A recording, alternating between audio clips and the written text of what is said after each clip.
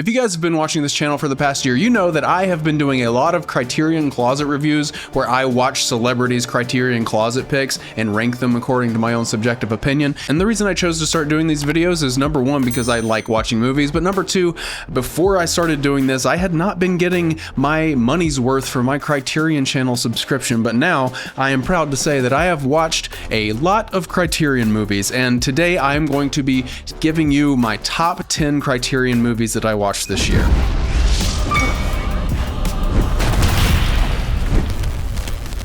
First up is The Player by Robert Altman, and I think this is probably Robert Altman's most accessible movie. I've also seen Three Women, McCabe and Miss Miller, and Shortcuts.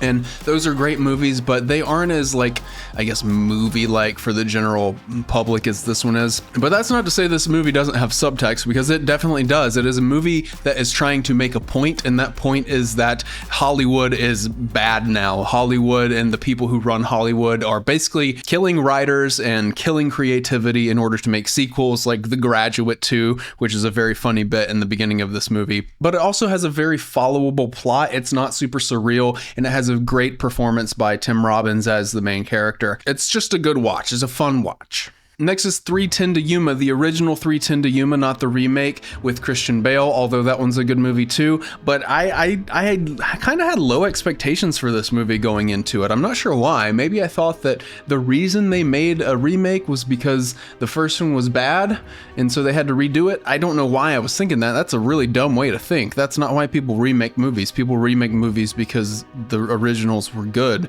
and people, you know, connected with them. But I don't know, for some reason I had low expectations, but my expectations obviously were exceeded because this film is great. I think it's pretty much a perfect Western in my opinion, because there is a great buildup of tension. There is a very interesting plot that's not just centered around shootouts, and the villain in this movie, played by Glenn Ford, is honestly one of the best villains I've seen in a film. He's almost like this temptress devil-like character who is just on the main character's shoulder, telling him to do bad things and trying to tempt him with money and stuff so that he'll do the wrong thing. And it's almost like a Thanos situation where you kind of agree with him. You kind of side with him on a lot of things, and you want him to win. Kind of. He's that charming. There's just so much underneath the surface in this movie, and I think that's kind of rare for old westerns like that. It's not surface level. It's not big macho man doing macho man things. There's a lot there, and I love that.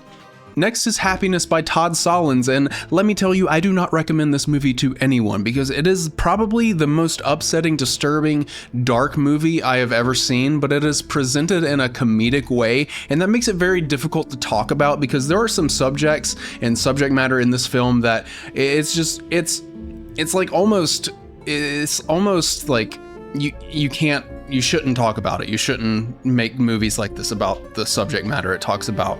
And it gets pretty disturbing. And you can see, you can just look at me. It's hard to talk about. It's hard to talk about. I don't know what to say about it. Yeah, I think it's over my head. I don't really want to comment more about it besides to say that, you know, don't watch this movie if you are easily offended. Next we have Seconds by John Frankenheimer, and this is just a wonderful exploration of the human desire to start over, because all of us at some point in our lives just want to start over, just be born again and have a new life and see what happens, because our lives now suck. But, you know,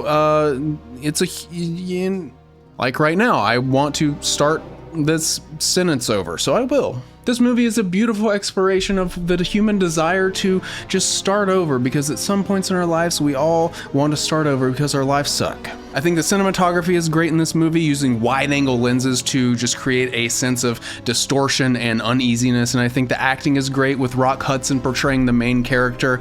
And if you know anything about Rock Hudson, you know that he was a closeted gay man in Hollywood for years, and knowing that while watching this movie seems a little bit serendipitous because that ties into the themes of this movie. Just overall, the way the plot is structured is super interesting as well, because the director leaves out certain details which other directors might think are important, especially in the beginning of this film, and it causes the viewer to like come up with concepts of what's happening in the plot, and they're probably wrong in their conceptions.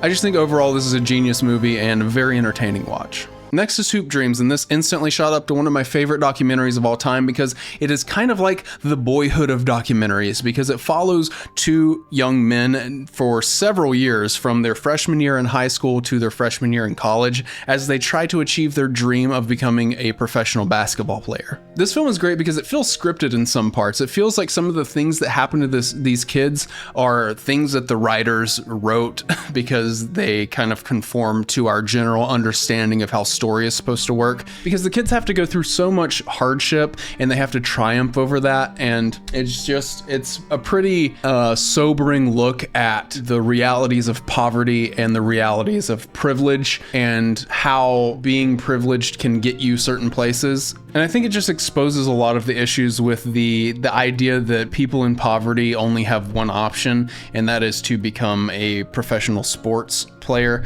And it's good, okay?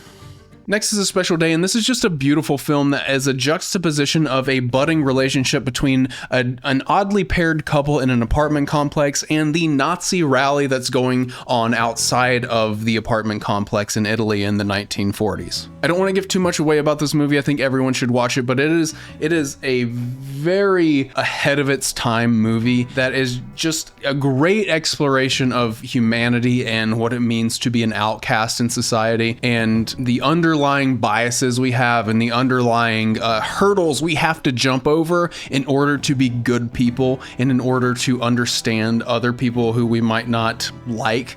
I think it's a very needed movie in this time. Next, we have Memories of Murder by Bong Joon-ho, and this is an absolutely gorgeous masterpiece of a film. It's basically a murder mystery with similar themes to 12 Angry Men, and the fact that it's about trying to convict someone who you think is a killer but not knowing if there's enough evidence to do so, except for it does it in a more modern and cinematic way. It's one of those movies that you will get something different from every single time you watch it, and it is also a very humorous movie. It's a dark and humorous movie, and that combination is something that I absolutely love in a film.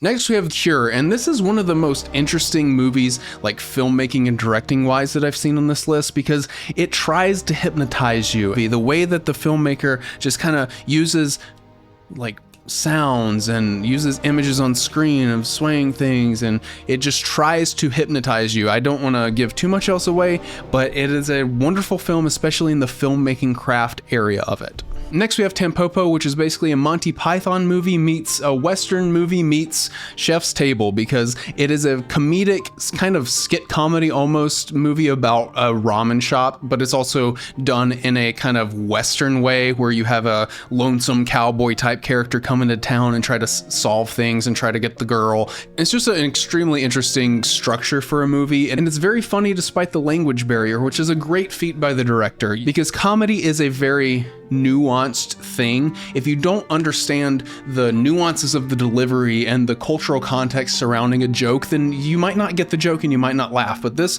film overcomes all of that, and it's very funny and very good. Finally, we have Afterlife, and this is now one of my favorite movies of all time. I was not expecting that going in, and I don't want to spoil too much, but this is a very creative film. It is one of the most creative plots I've ever seen. It is a bit slow. It's almost like done in a documentary style where there's a lot of talking head shots, but it's a great film, and if you are a patient filmmaker who loves humanity, then you should definitely watch this.